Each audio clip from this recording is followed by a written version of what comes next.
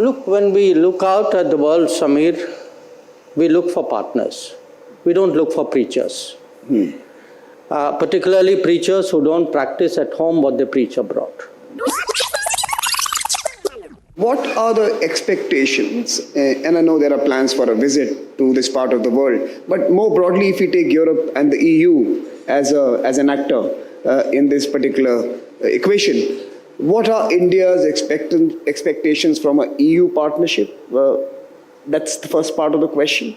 And the second, of course, is that you did make a very important point that maybe Donald Trump has popularized Arctic beyond the traditional circles of examination. Now, as a follow-up, the syllabus has become more popular. The syllabus has become more popular. That's right. So now the question for you is, how do you mobilize constituencies at home to respond to perhaps this moment when maybe, like President mentioned, Indian private sector and other stakeholders could be motivated to look at this region more closely? How do you and what do you as India expect from Europe?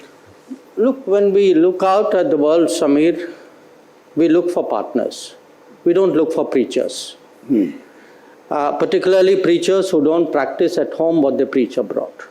And I think some of Europe is still struggling with that problem. Some of it is changing. So the issue for us, I mean, in many ways, Europe, I think, has entered a certain zone of reality check. Now, whether they are able to step up to it or not, it's something we will have to see.